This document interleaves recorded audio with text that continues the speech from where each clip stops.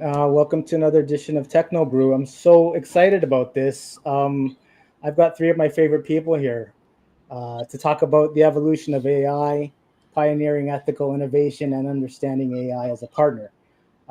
This has been something that's kind of been in the works for a while. It's morphed into different conversation, formats, and I'm really glad that we landed on this in particular because we're kind of going through a really interesting time, 2025. Being the year of the AI agent. Everyone. Microsoft just recently with Agent 365 in November, Salesforce acquiring Spindle AI, Google with their Vector AI, Agent Builder, and then umpteen other organizations launching and deploying AI agents across the board. Really interesting stuff, cool stuff, and also some cautionary tales in the making, especially when you consider cybersecurity vulnerabilities and the literal blowing up of identities for every employee in your organization. You've already got probably like 10 different IDs, from device to human IDs to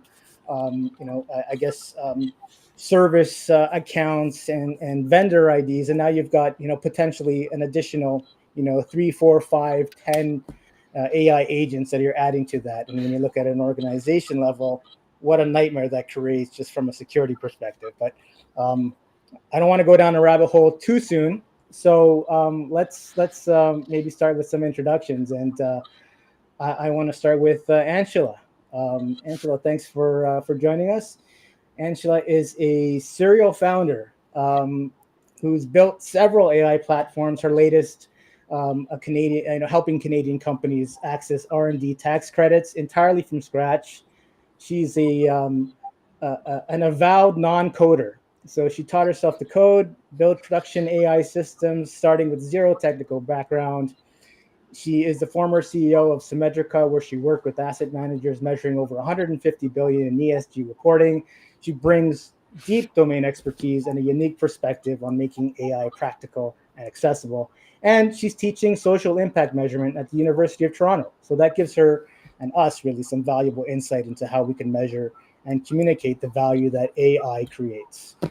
And she's living proof that you don't need to be a computer scientist, although she is going to be pursuing a master's, I think, in comp sci soon. So awesome.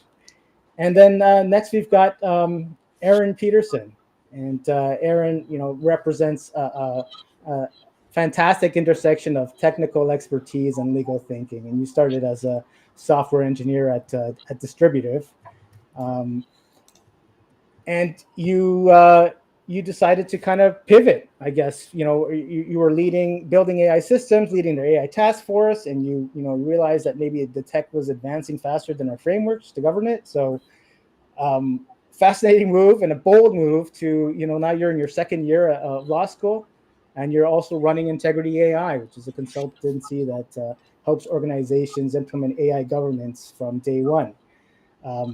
You've worked hands-on building distributed machine learning systems and served as an AI ethicist, and understand, I guess, what's technically possible and what guardrails need to exist. So thank you so much for being with us, Erin. And next, Philippe, hey, Philippe, a true pioneer in Canadian AI. You're a founding member of Google Chrome's machine learning team. You helped one of the co-founders of Element AI alongside Yoshua Bengio. And you've kind of come full circle where you kind of collaborating with him again. That's right. At LawZero, which I think is really, really awesome. And clearly that was a relationship that the story arc was yet to be written. When you first met. So you have a PhD in machine learning and physics simulation, over 25 published papers, and your experience again spanning from Google, multiple startups. And most recently, as I said, collaborating with Yoshua Bengio and the team at LawZero. And now you're a self-professed rewilded entrepreneur. Yep. Exploring the ethics landscape. So I think we're going to have a wonderful conversation. And I'd love too that you've seen AI evolve from multiple angles. Like you built ML systems before the current AI boom, so you understand where, not just where we are, but how we got here, and maybe patterns that keep repeating. We're so grateful to have you here. You serve on the International Center of Expertise in Montreal on artificial intelligence on the board, and the Digital Research Alliance of Canada. So you give us wonderful insight. Thank you all for joining me. So Really it's such an excited to honor. be here. Thanks, Thank you, Carlos. for having me. Thanks. Yeah. No, thank you. So I wanted to, I guess, maybe start off a little light. It's kind of got really intense really quick, but I was just wondering maybe how did each of you start with your AI story? What was the moment, I guess, you realized that AI might define your career, or did you kind of stumble into it? And what are you working on today? You want to start, Anshula? Sure. Yeah. So I would say, I think everyone kind of heard of AI over the last couple of years. My moment really came when I made the decision to shut down Symmetrica. And in doing that, I ended up actually just spending some time with family, and perhaps nerddom kind of runs in the genes, or at least in choice of in-laws, because one of my cousin-in-laws is kind of he's used to run he's an AI software sort of guy, and we used to nerd out. We still nerd out quite a bit. And during this family vacation, he kept coming up to me and being like, "I've got this slide deck. I really would love to show you." And so finally, I was like, "All right, Carl, show me your slide deck." And it was basically his thoughts about AI and how it would really carve away at the what we currently understand as the labor economy, but also the impacts in terms of productivity, et cetera. And my educational background is in economics, so I was obviously fascinated, had lots of time on my hands, and decided to start playing around with large language models, and that turned into a whole thing because first I started with ChatGPT. I think that's probably kind of the gateway for a lot of people, and then started vibe coding, and then very quickly found that it was my apps were falling apart very quickly, and then got really, really deep into software architecture, really, really deep into software sort of just coding, and then reading academic papers wherever I could, and understanding how transformers work, and BERT versus not double transformers. And that's become something that I'm really interested in and excited by, and I just love that there's a huge knowledge base that you have to kind of keep sucking in and whatever, and obviously being able to also code apps as personal projects and things like that has been, and some of them being acquired, etc., being really, really exciting and interesting. So that was my gateway. Yeah, thank you. Awesome. And Erin. Yeah, for sure. So I went to Queen's University, where the first year is a general engineering. Sorry if my dog's barking, she hears me. No worries, no worries. And basically, I took my first coding course in this year of school, and I loved it. I never thought I'd be a developer. And then I kind of took that and went with it and looked at what I could do with a programming background. And I found AI. This was before generative AI or anything like that, but I kind of dove right in and made that my thing. I joined the AI club and self-taught how to code AI, actually, and then pursued that and got my internship in AI, and then further worked at Distributive. I started to then look into the ethics of it and realized that there was no rules governing what people were doing. Ouch. Exactly. And decided I needed to take a stance in that and look at what we could do with that. So I did some consultation on the AIDA before it got thrown out, and this inspired me to go to law school to further pursue a path within AI governance. And now, I founded Integrity AI, where I do governance consulting for corporations and municipalities. Cool. Thanks, Erin. Yeah, and I love that you mentioned AIDA. It's a shame that Bill C-27 was, shut down when government prorogued in January. But I guess we'll circle back to that. And Philippe. Yeah, my story with AI, I guess, it goes back to when I was quite young. Actually, I think I've always loved the idea of intelligence, but even beyond that, what makes us who we are. And I always felt that I always loved computer too. I'm this mix of a nerd who likes poetry and humans and like this weird thing. And I always felt there was something I would call functional in us, right? It's not Yeah. about, like, it is about how we are and how we're built, but it's mostly about how we operate with each other, the words we use, the gesture we take, and all of that. And I think this is the underlying thread. And I've been asking myself that very question when I look back at my trajectory, and this is what I find. So I think my transition through the world of computer science, where I did my PhD, the fact that my postdoc was in simulated robotics, where we were trying to build like primitive minds so that these robots could stand on two legs and walk, and it would fall on their face, and we would laugh, and we would try to make them better, and it would fall again. And this entire process for me is discovering what intelligence is. And I would say today more than that, what's beyond intelligence, and what makes it so much fun to be ourselves and to be together. And that's been the underlying thread. But it's also been a story of unpredicted wonder and unpredicted concerns. The thing is, you embark on that journey saying, hey, I'm going to code a mind. And then you do. And you don't realize what it actually means. So Yoshua Bengio, you mentioned him earlier. Like, we go back. Like, he was my teacher when I was doing my undergrad, and he helped me during my grad school, and we've always been coming back together. And this is the thing I think that unites us the most. It's this, weird desire to figure out what the mind is at the functional level, so that we can build a computer that imitates it and eventually becomes it, maybe. But it's also this whoa moment where it actually happens and we don't understand how and why. And this mix of the desire to discover and the wonder that comes when you do is my story of AI. So it's bouncing back between these moments of excitement and let's, figure out the next stage, and these moments of, whoa, something is working. What does it mean? And these what does it mean have become more and more deep for me. At first it was just like, what does it mean to be intelligent?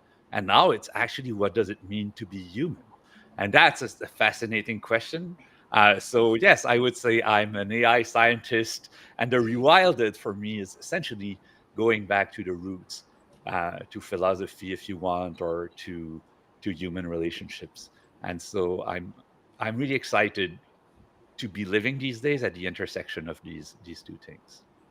Yeah, and I love how you mentioned. You said you take a functionalist view, which is kind of what Blaise Aguirre-Yarcas takes as well. The CTO of Technology and Society at Google, and he's a friend of yours, contemporary. You guys have similar thoughts on that. And I guess maybe without going too deep into it, he has this thing that he says about everything alive is a computer, and so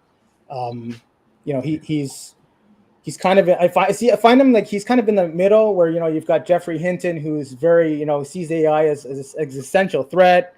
And then you've got on the other end of the spectrum, you've got Sam Altman, who's like, yeah, let's go. Let's get, AGI going by 2030. And then you've got, like yourself and Blaise and probably Bengio as well in the middle there, with Sundar Pichai, kind of taking more of like a cautious approach, perhaps, or maybe I don't know. It's such a spectrum that I think I'm butchering my whole statement here. But no. I mean, you're capturing the essence of it, and you're also capturing the complexity of it. It's hard to put on a line what people believe and where people are.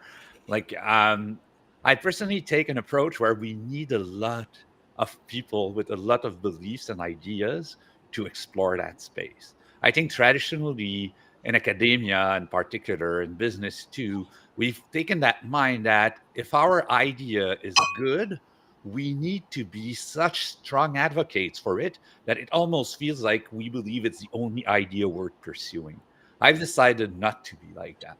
I've decided to say, hey, there's something that calls me.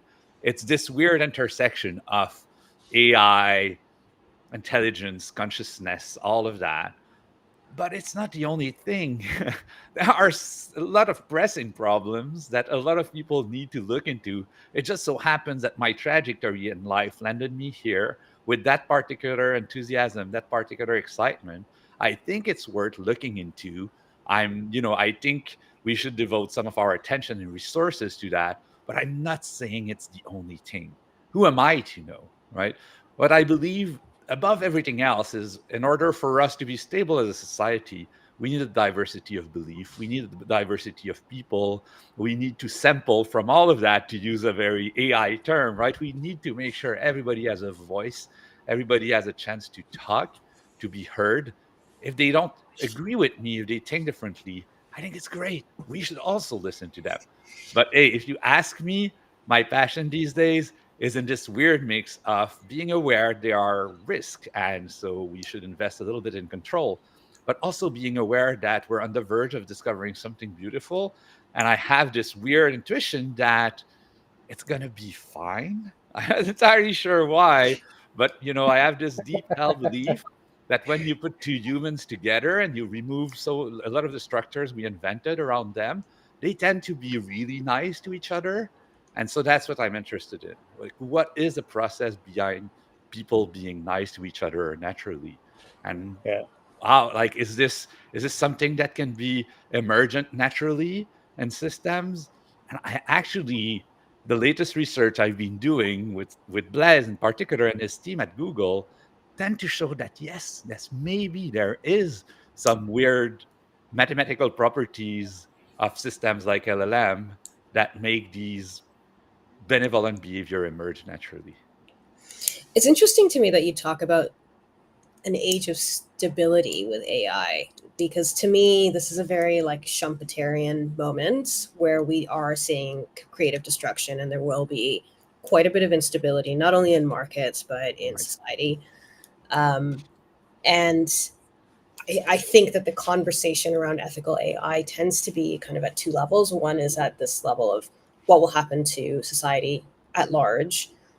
And then also, how do we use it in our day-to-day life, knowing that the current version of kind of generative AI that we're seeing was created on the back of IP theft and has like huge, environmental implications and all that. Like every time I use AI, and I use it a lot, I do have to remind myself that I'm essentially using a small country's worth of water in a year just by using it as much as we are. And I think that is hard to reconcile until you start thinking, well, it is hard to reconcile for sure.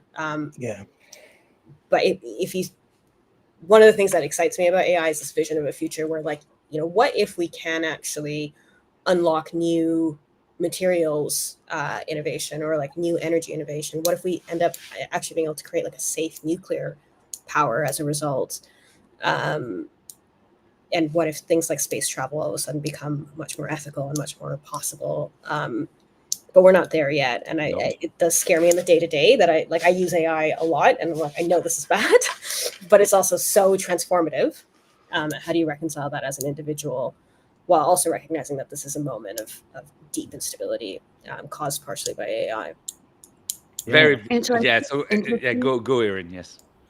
I just think a lot of the like bright future that you talk about there will not stem from AGI itself. Those are more like specific use cases where a model could be trained directly for that purpose. So this big push towards AGI, I don't necessarily see those in specific benefits coming from that. Yeah. And I'm interested to see where that side of things goes. But I think AI itself, and even generative AI, has a really, really high potential to create those benefits if it's people looking at those problems specifically, not just letting general intelligence loose on all problems necessarily. Right. Yeah. It's a very Sundar Pichai kind of perspective, and Yoshua Bengio as well, because his concerns being around public safety and also loss of control potentially with things like AGI. But Philippe, I think you were going to add to that too.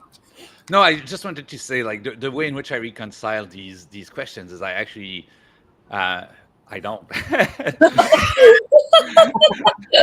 No, but I'm I think I reconcile them by saying I'm wrong, right? And I'm Right. wrong. I don't know the next step. I'm dreaming of a future that's post instability, right? Things like this shit will hit the fan. I'm really sorry, right? The way we've built society and we've designed it and everything we structured, like you were talking about IP laws, we can talk about like these huge corporations who are controlling like almost everything when it comes to AI. Like clearly this cannot hold. Like, but I don't know how it breaks. I know it breaks. I'm pretty sure it does, and I'm pretty sure that when it does, it's gonna hurt and it's gonna be difficult, and we'll have to figure it out. I'm pretty confident that we will. Yeah. We're creative. We'll roll up our sleeves. We'll get together. You know, some things will break. Some things will get fixed. I don't know how it works, but I think we'll Yeah. get there. But what I'm really interested about is this longer term future, the one that scares Yoshua a little bit when he talks about loss of control. And this is where I'm slowly starting to envision something better, something that is not AI everywhere, humans nowhere, or something like. I think it's more of an ecosystem that can work somehow. It's still very iffy, but I think we can see glimpses of it. So yeah, in short, I do think we need people like you, Erin, people like you, Anshula, to look at it day to day. But I guess yeah, what makes me more hopeful is I think the long game is going to work. Yeah, yeah, and I love that the three of you are here because I see you all as like representatives with different weighting in terms of like building, governing, and measuring.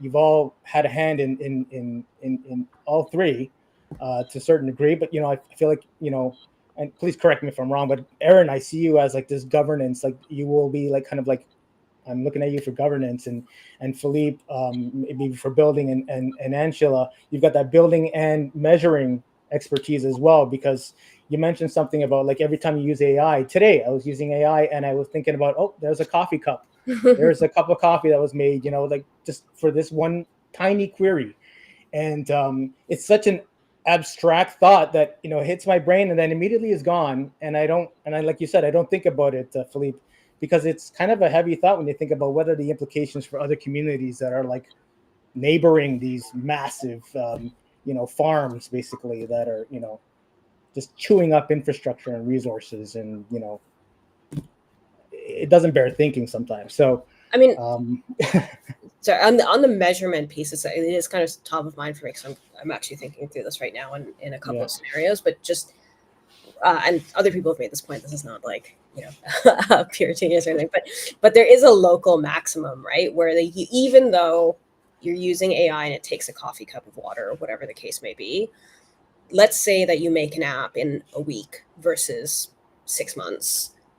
There is a local maximum where actually it's better that you use AI just from a pure energy utilization perspective, because the amount of energy you used is less than if you'd taken the 6 months to do it, right? And so there are places where AI, even today, have the potential to save energy, which to me, I think anyone who cares about climate change, this is obviously a big concern, and just water, hydro, like the health of water systems and health of communities and all that stuff is obviously something that's top of mind. However, we're not measuring that right now. And I do think that's a very practical thing that people can do, because there are ways for us to measure these things. And in fact, there's like other platforms out there that do measure this exact thing. But you can also kind of create one for yourself if you need to. So there are places where it can be useful. And one of the other things, and I'm sure both Erin and Philippe will have a lot more to say about this from a technical perspective and kind of more in depth. But I mean, DeepSeek to me is really interesting because it's become much more efficient in its use of energy. And so I do think that we are going to see, and there's lots of graphs showing, level of compute has reduced per query. I think we are going to see the right direction of travel on that. I don't know how you get around the IP theft. I know that Claude recently got, what was it, $3,000 per book for each one that they used for their training models. So maybe Philippe is right. Maybe we're going to figure this out and everyone's going to come out of it slightly better. I'm not sure. Yeah. I think pillar of like my life and my company as well that isn't necessarily captured in governance is the AI literacy side of things. I think that things are changing really, really quickly, and a majority of the world and Canada isn't aware of what's happening or what's going to be coming. So I think doing things like this and working on teaching people, and especially kids as well. I've worked with NGOs to teach kids about how AI is impacting what they see on their feeds, how things aren't necessarily true when they see them. And I think this AI literacy portion is almost equally as important as the governance portion, because people won't speak out if they don't know what's happening at all and aren't aware of like what concerns might be coming. Yeah, 100%. I want to like maybe so I just on that thought. Thanks for bringing that up, Erin, because I hadn't considered the AI literacy part of it in all of it as a kind of like a component, a key component, really, I guess, to kind of tie things together. But Philippe, I wanted to start with you, just from a build lens and going from kind of theory to reality, and maybe you're again this venture scientist recently rewilded, put back, and entrepreneurially, I guess, seeking positive societal impact. What I guess you had this fascinating chronicle about conversations where it felt like AI had gone beyond being a simple tool and more like a partner. Yes. And maybe that's kind of like, Erin, you're kind of, I hope I'm phrasing this correctly, but you're helping individuals and young minds kind of understand how to use or partner with AI, I guess, in a responsible and safe way.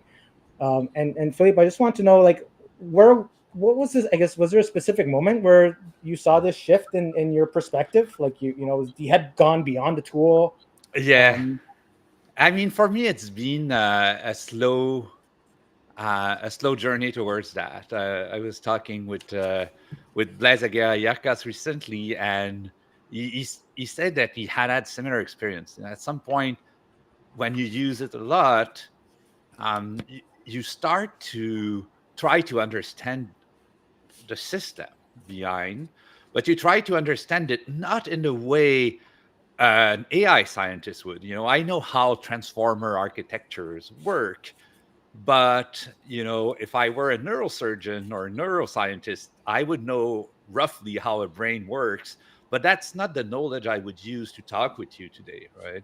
The knowledge I use is acquired differently. It's acquired through a bunch of interactions with you, with different people, and I know the effect my words has on them, and I know how to be nice and kind in a conversation, to leave room, to take some, to expose idea, to let other expose there. So we know all of that about humans, not because we understand how brains work, but because we've been together long enough to internalize these behaviors, right? And the thing is, when you work with AI enough at the prompt level, especially in long conversations, you start to model these systems a bit like that, right? And this is where the words that Blaise used and that echo mine is, it feels like there's someone inside, like a ghost in the machine or whatever you want to call that, right? And that's this weird thing where, okay, maybe it's just it's just some weird thing now. Will it grow? How will it grow? What is it even for us? What makes us recognize each other in this way so that we give each other names and we take care of our identities and all of that, right? So this is what drew me into the philosophy of the mind, which is a very, very large field with a large of interesting philosophers in there. And I've been talking to a lot of them recently about both classic philosophies of mind and emerging ones that we can maybe learn about from these interactions with LLM. So that's one of the fascinating aspects I've been interested in, that came from these very long interactions where I don't think too much about the environmental impact. I kind of agree with Anshula there that, I think right now we're building these systems like very complex, very big. I think we're doing it for the wrong reason. We're doing it to save company money and stuff like that. I don't think this is what we'll do in the end. But right now, unfortunately, when I do a request on ChatGPT, it does use a lot of energy. So I'm really hoping we go beyond that and we go back to to simpler models. We're seeing them emerge more and more and more. I truly believe the future has much smaller, much simpler models. Like, we can do a lot as humans with very little energy. I think that's a much better model than what we've built now for AI. Yeah, I love that you kind of talk about how AI kind of presents itself conversationally, and then you kind of juxtapose that with what's happening technically, and there's a separation between the two, and they don't necessarily, like, you don't need one versus the other That's right. to kind of like get this experience. Anshula, you're an avowed non-coder, but yet you've built a number of solutions essentially by managing AI agents. So when you're you know working on your latest project, does it feel like you're coding, or does it feel like you're managing? Like, Yeah, I mean, like, I have started coding. I think it's you have, okay. yeah, I think I remember saying this to you in April, and probably because to me, it's always felt like software developers are kind of obviously present company accepted, but it's being somewhat misogynistic and like not a great community in a lot of ways. And so, but I mean, yeah, like, I spent a lot of time doing it, and I have started to learn the syntax and yes, yes, I guess now I am a coder, but in my own way, I'm a rewilded coder, to use Philippe's answer. But actually, sorry, I wanted to go back to something that Philippe said because I thought it was really interesting. And Philippe, I feel like you've done a lot more thinking about this, so this is a selfish question because I wanted to hear what you have to say about it. But something I was thinking about the last couple of weeks is how ineffectual the Turing test actually has ended up being in terms of understanding whether or not something is actually conscious. Yeah. And I remember even, 3 or 4 years ago, it was like, there were so many tests to try and figure this out. And now it's like, I mean, clearly, in my opinion, large language models are not conscious. They are not the same as humans, but they're very, very good at pretending they are. But it sounds like maybe you have a slightly different take, or maybe you don't. I'm just really curious to hear what you have to say about that. Very briefly, this is still being worked on, but the hypothesis is anchored in something called functionalism, and we call it relationalism.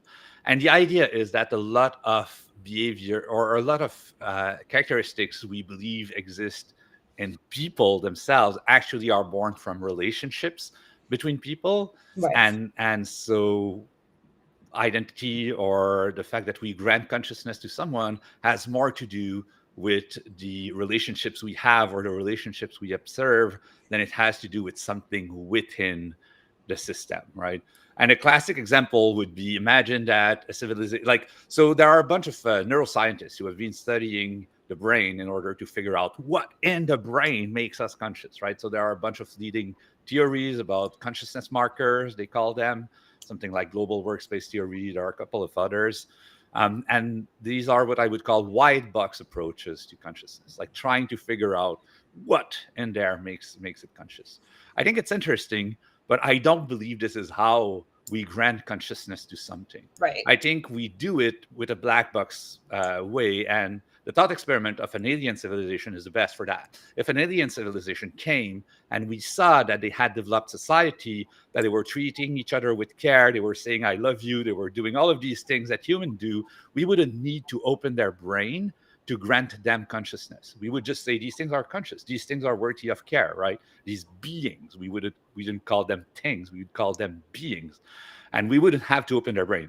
And if at some point we open their brain and we see, oh shit, it was an LLM all along, we would be like, okay, LLMs are conscious, right? So there, you could say, hey, it's impossible that this would be an LLM. What I'm saying is, I'm not sure. Yeah. I'm not sure it's impossible that an LLM could be there and could develop into these complex societies with complex social rules and complex relationships if we remove some of the guardrails, for example, or we let them evolve or we build them differently. I'm not sure that today they wouldn't do that. And as a result, I don't have an answer to your question, but I find that approaching it, the question of consciousness, instead of approaching it first with the question, is the being conscious? Instead, we ask it, are these two beings considering each other conscious? Then I find that you can make more progress if you look at it from a relational angle. And then the question is the being conscious is essentially saying, if two copies of the being are in the same room, will they eventually consider each other conscious? And so that's how we're thinking about it. It's a slightly different approach. We're working on the paper. So it should be interesting when it comes out. But yes, this is a variation on some of the leading theories of mine. Yes. Cool. Yeah. Wow. Erin, when you hear Philippe and Anshula describing the shift, and I wonder what your own thoughts are. What does the engineer in you get excited about this conversation? And then how does the law student, I guess, and you see, I guess, liability or what does it spark in you, I suppose? My first thought is actually excitement. I really love the ability to have such an easy access to innovation. Even what Anshula said about it kind of being a barrier to entry into this like software development field, I really felt that. And I know a lot of people like me felt that trying to get into this field. And the groups I was working with weren't like me necessarily. So the fact that people can go on their own and work through this process and take this big learning curve and actually see results rather than starting from the very basics of how to code, which is something that a lot of women don't dive into because of what's been built up around it. Really, really broadens this access to innovation. And I think that's also true like throughout the whole world now. So now a lot more people have this ability to dive into creating their own startup in tech and developing an app when maybe that wouldn't have been the case. So my first feeling is excitement in terms of using AI as a partner. But all these concerns we brought up, I think that a lot of governance structures are needed, particularly around how there are so few companies kind of building towards this and putting things out that people can use, but also between IP and then the environment as well. So I have a lot of concerns pretty much in line with like how Jeffrey Hinton has described things about where AI is going and what it could do. But I think that if people are aware of that, it's also the AI literacy portion. Like people developing AI aren't all aware of these concerns. It's a really like move fast, break things environment. So if people are aware of that and it starts to be built into the design process rather than looking back at what was built and seeing how can we make that ethical, then I think these good benefits will outweigh the negative. I'm glad you mentioned that. And I guess on that note, because you just mentioned that, that's a pretty dangerous gap, I suppose, potentially, between how engineers are building AI and how, I guess, maybe the governance or regulation kind of that's missing, I guess, to the guardrails, perhaps. What does your AI governance toolkit look like in that case? And if a CEO was watching this, what would be the first thing that you, from a legal perspective, would impress upon them to create? So from a legal perspective in Canada, there's no laws right now. So I wouldn't necessarily take the stance as it's a legal perspective. But if you're looking at what is being put in place around the world, I know that a lot of companies are looking to become in line with that so that one, just to have AI governance so that AI doesn't ruin their company for one reason or another. The next is for incoming regulation, which will come, or operation through other countries where there is already regulation. So I would say that it would start with knowing where AI is used within your company, and then having a full tracking system of all the AI in operation, which is like general purpose Gen AI being used by your staff and also like in procurement and in hiring and actual AI systems that are built into your processes. Yeah. And then the next step would be working on like a risk management framework with these AI tools. So that would look like having a way to score the tools, which is something that I build with Integrity AI when I work with companies. So this risk scoring tool and framework, and then mitigating factors that would need to come into place after you get a risk score that is of a certain height. So this would allow for, you could use this AI product still, even though it is a higher risk, but it would require, say, a human in the loop or additional testing. And then also looking at using like something like sandboxes to do testing outside of any sort of operational impact so that you can have something in operation and give it some time to see how it's impacting things before it's actually making decisions on real people. But all these things are what I look at with integrity AI, and it really is company or corporation specific to what they're using, what they already have, and if they are looking to like take off and implement AI everywhere and get all these benefits, or if they just are scared of what's coming and want to have good systems in place so they know what they're doing. Yeah. Philippe, from your recent collaboration with LawZero, how do we prevent, I guess, regulatory capture, kind of like, because it's not there right now everywhere, I guess, there's some, like, for example, in California, I love how they have that AI bias and anti-discrimination, I guess, law, I suppose, that, pertains to automated decisions when it comes to hiring and sort of combating AI bias. I Yeah, guess from your perspective, what I mean, I'm not an expert on this. I've been briefed on the EU AI law a little bit, which I find interesting. I think maybe because it's in the EU, it hasn't been captured as much as what you see in the US with the power of the large tech corporations here, yeah. uh, Canada and the US. But so yeah, I think you can look at what's going there. I think we can have little alarm bells that go off when very powerful people say regulation is not the way to go. It's slowing down innovation. All of this, like I think we should be very careful when we listen to this discourse. Like, I mean, it is a balance. It's true that you can slow things down to the point where it slows to a crawl, but it's also true that you know tech and relentless growth for the sake of growth shouldn't be driving our quest for a beautiful future, right? There is something about the belief that are driving the large companies right now that just feels unhealthy or feels opposed to human flourishing. And I think a lot of when you hear Yoshua talk or Jeff Hinton, like deep down, that's what they're trying to express, this discomfort, this tension between the way we're running the world and what we consider beautiful or human flourishing or a future we would be proud of, we would want for our kids, for our grandkids. So yeah, like for me, it's more like I listen to my inner compass a lot when it comes to judging these statements, And so sometimes I hear a VC that goes all out about all kind, against all kind of regulation, like, nah, doesn't sound right. At the same time, sometimes I hear someone say, "Oh, yeah, block down everything, shut down everything. Nobody touches AI anymore." Like, doesn't sound right either. The Yeah. truth is somewhere in the middle. It's uncomfortable because I cannot define it very precisely with rules that would make everybody happy. But I decided, like, I can trust my inner compass a little bit more when it comes to these Sure. questions.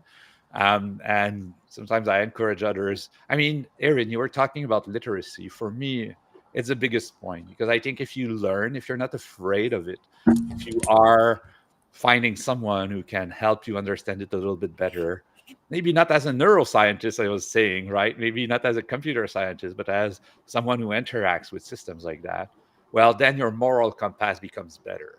You become better at making judgment calls on what should be regulated, how should we use it. I had this beautiful discussions with my daughter 2 days ago.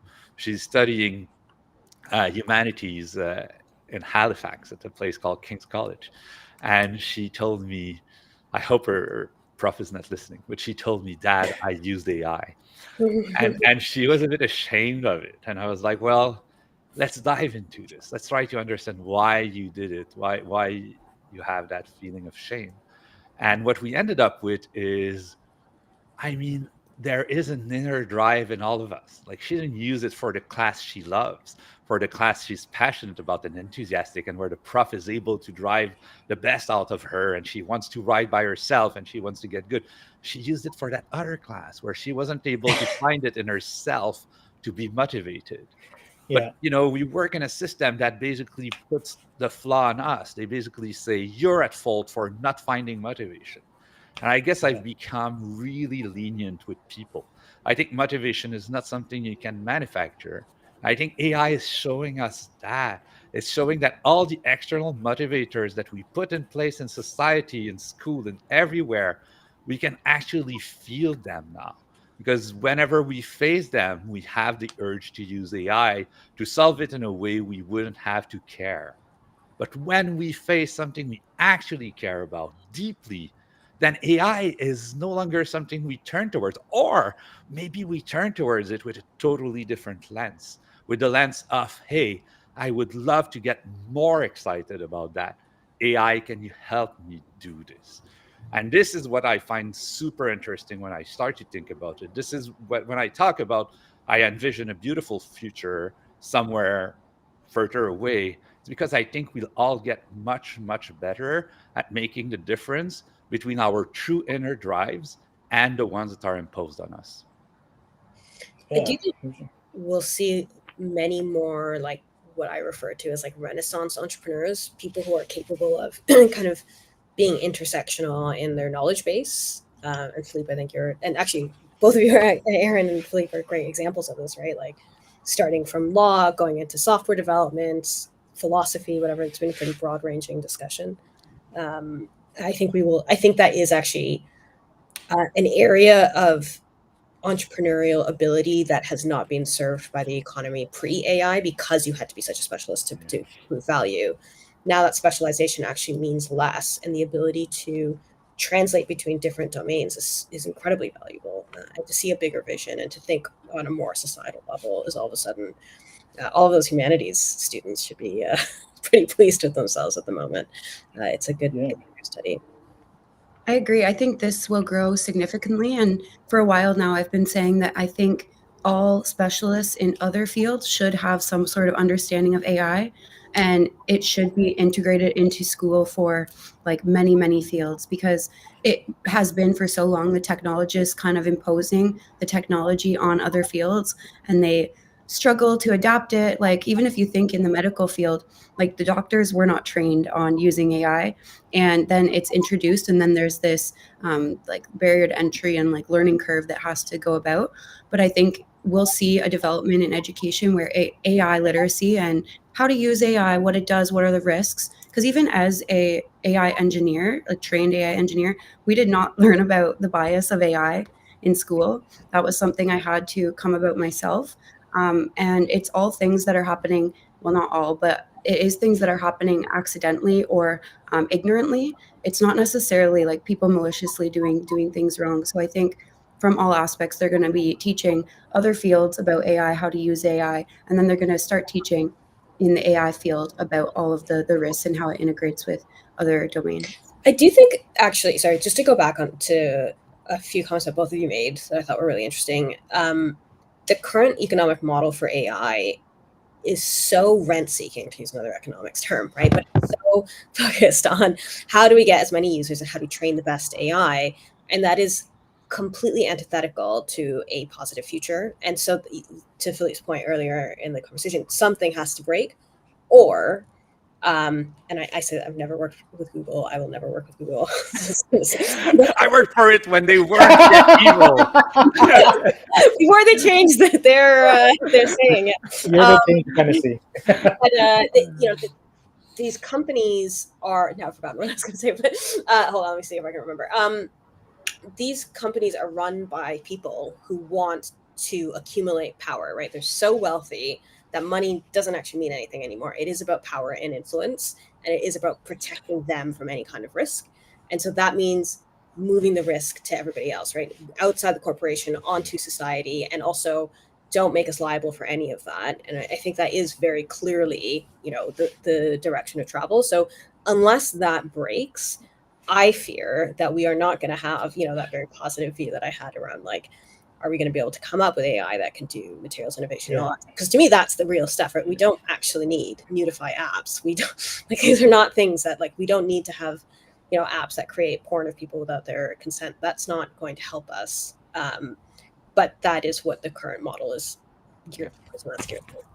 Yeah, I love that you I think mentioned it, viability too. Oh, sorry, Aaron. I was just gonna mention about in fact, the AI Lead Act in the states, where making it possible for consumers to sue organizations for any harm to themselves or to their children, right? And sort of, because for the longest time they've been kind of skirting that responsibility and saying it shouldn't be liable. And so I just wanted to I love that you mentioned that, and just wanted to kind of bring that up. But Aaron, go ahead. Sorry.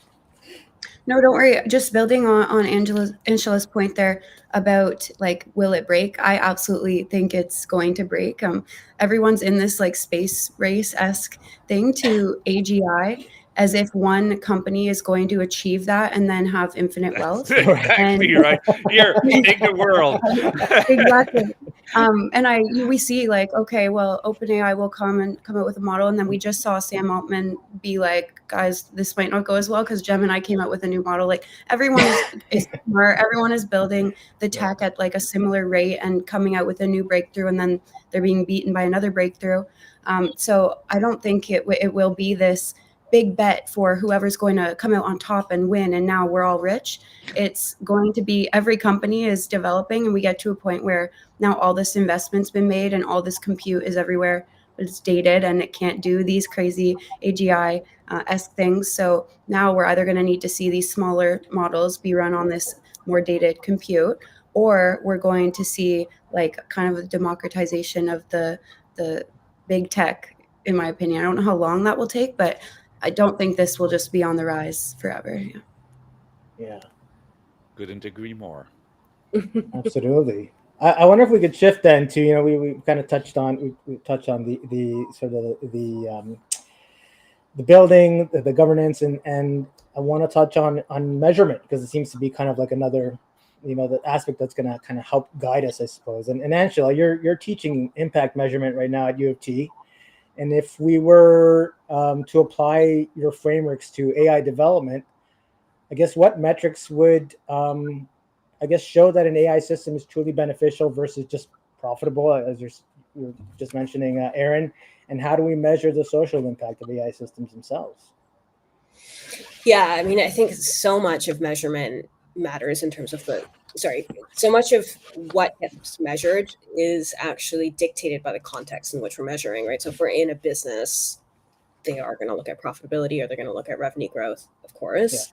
Yeah. But things like the environmental impact, time savings for staff, learning possibilities, so being able to actually recommend learning based on errors that we see for people. I think for nonprofits, it is kind of, I'm just going to vent for like a brief moment here, but I do think that nonprofits have such an important role to play in this process.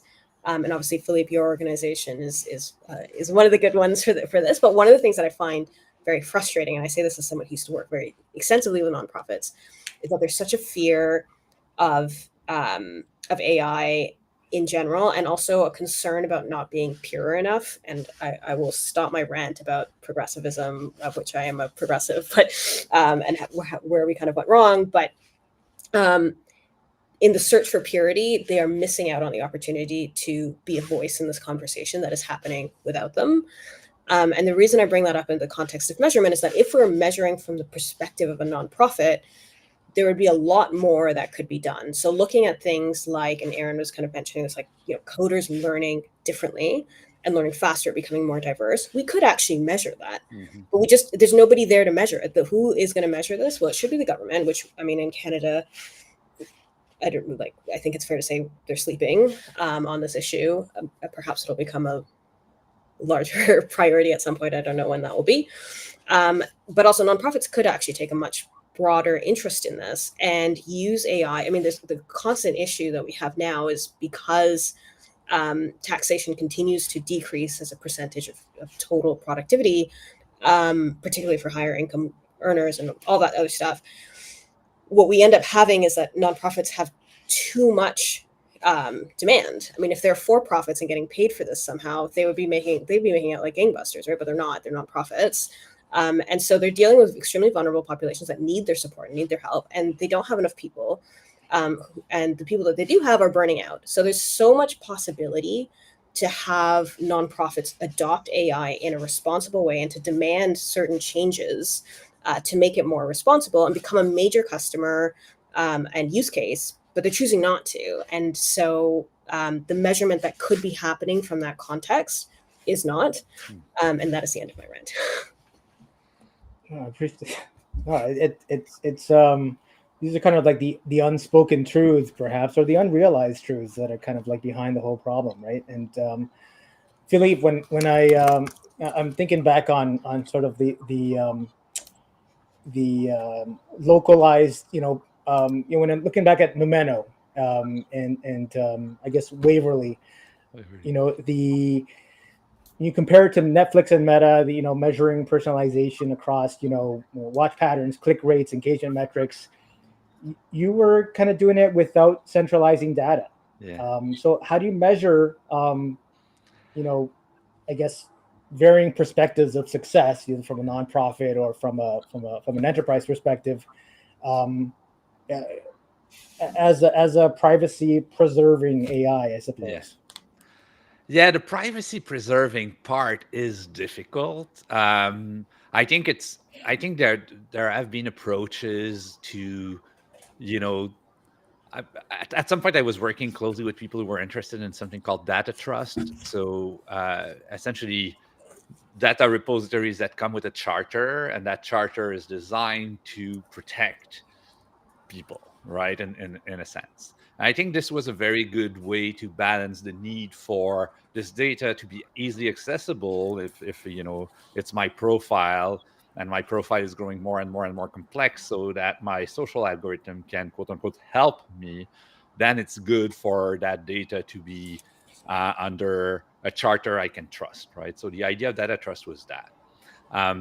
But where I'd like to go back a little bit is the question of measurement. I've always loved it because, I mean, we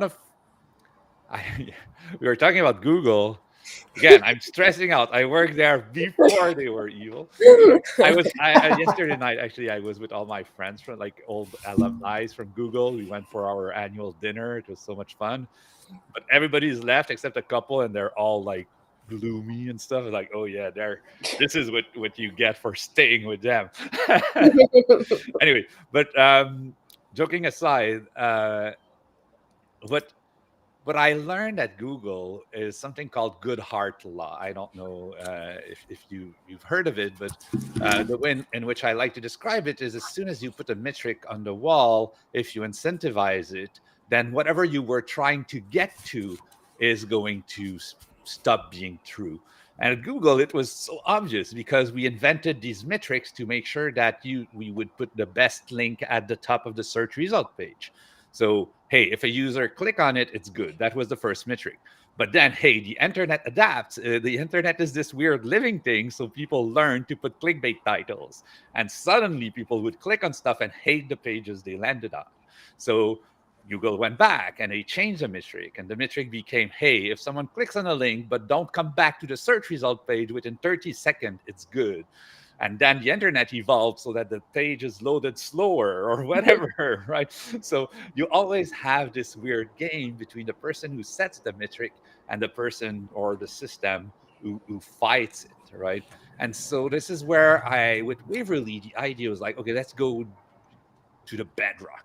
And it's hard to talk about the bedrock for a company because they work in complex system, but you can go to the bedrock for humans. And this is where social networks were clearly wrong. They model us. When you're using a social network, you're using a system that is trying really hard to build a model of you, to predict what you will click on, which video you will watch until the end, how to keep you on the platform, watching more ads, giving them more money. So they build a very complex model of you as a user. But that model is a very partial version of you. A friend is doing the same thing. When you're interacting with a friend, they're also trying to understand you so that they can be a good friend. But they are looking for it in a much richer way. They understand that you're never going to say you want to go to the gym, but deep down you want to go to the gym, right? There's like some version of you who wants to go to the gym. There's some version of you who wants to have these difficult conversations with new people that you don't yet know. You want to work on solving the world problems, even if every time you try, you feel like it's hard. Like we have that in us, but the systems we built, like social networks, are deliberately deaf to this, right? So the idea of Waverly is, how do you go to the bedrock? How do you do that? And the idea was, let's have a conversation. Now you can have a conversation with the computer thanks to LLM. Let's use this so that the computer doesn't try to model you as a click metric or as a time watched metric or whatever. It tries to talk. It tries to use language in order to figure out, how you feel, and how you feel based on the experience you're having on social networks, how to change that experience in the direction that would make you feel better.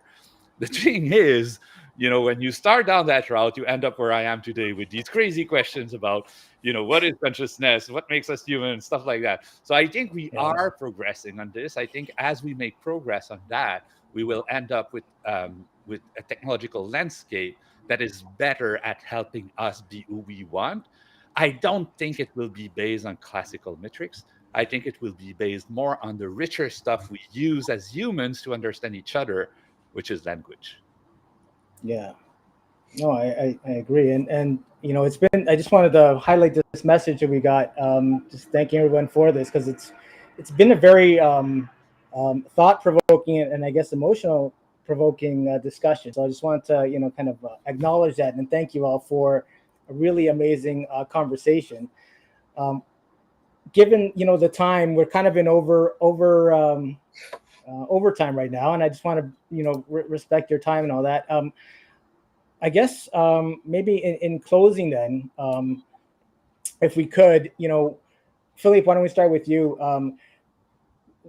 What is it about, I guess, what would your guiding star be, for your AI work and vision for the next 5 years? And maybe from a Canadian perspective, like Montreal being the AI hotbed that it is, what is it about, what untapped, I guess, superpower are we not leveraging, or can we leverage, do you think, or will leverage to compete with Silicon Valley, with China scale? And,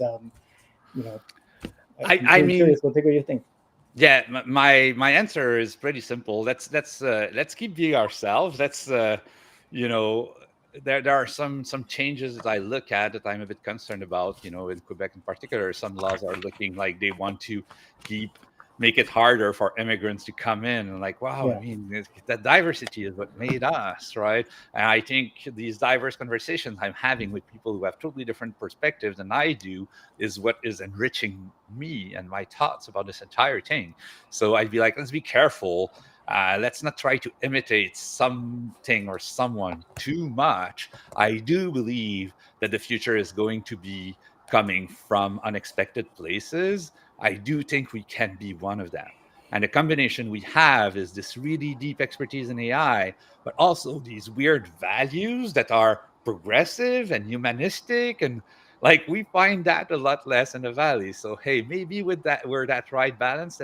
Let's try to take care of it. Let's try not to change it too quickly, too brutally. And also, let's invest in NGOs. I'm going to say what Anshula said. It's like, okay, VCs showed that they were pretty great at funding innovation, but they also showed that they were pretty great at destroying the planet. So can we find a bunch of nerds, a bunch of people with great values that want to build businesses slightly differently, with growth dynamics that are not necessarily the growth dynamics a VC is looking for, but that are healthier and that will build that future where AI is actually more of a partner in building a beautiful future? Thanks, Philippe. Erin? For my guiding star, I would say, like what Philippe is saying about things adapting and not necessarily holding on to anything how it is, just keeping up with how things are changing, and then keeping the values that I have. I've been guided by that away from actually building the software into this new field. So I think keeping up with everything that's going on and letting my values guide me, and then hopefully helping others come to this realization and be educated so that they can implement AI in the most responsible way. and disseminate that throughout Canada. Nice. And Anshula.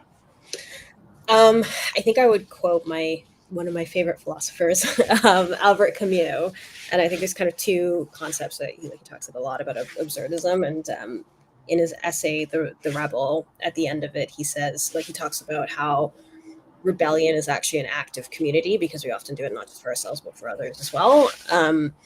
And I do think that engaging with AI and trying to do it in an ethical way at the current stage is an act of rebellion, because there's all these kinds of issues with it.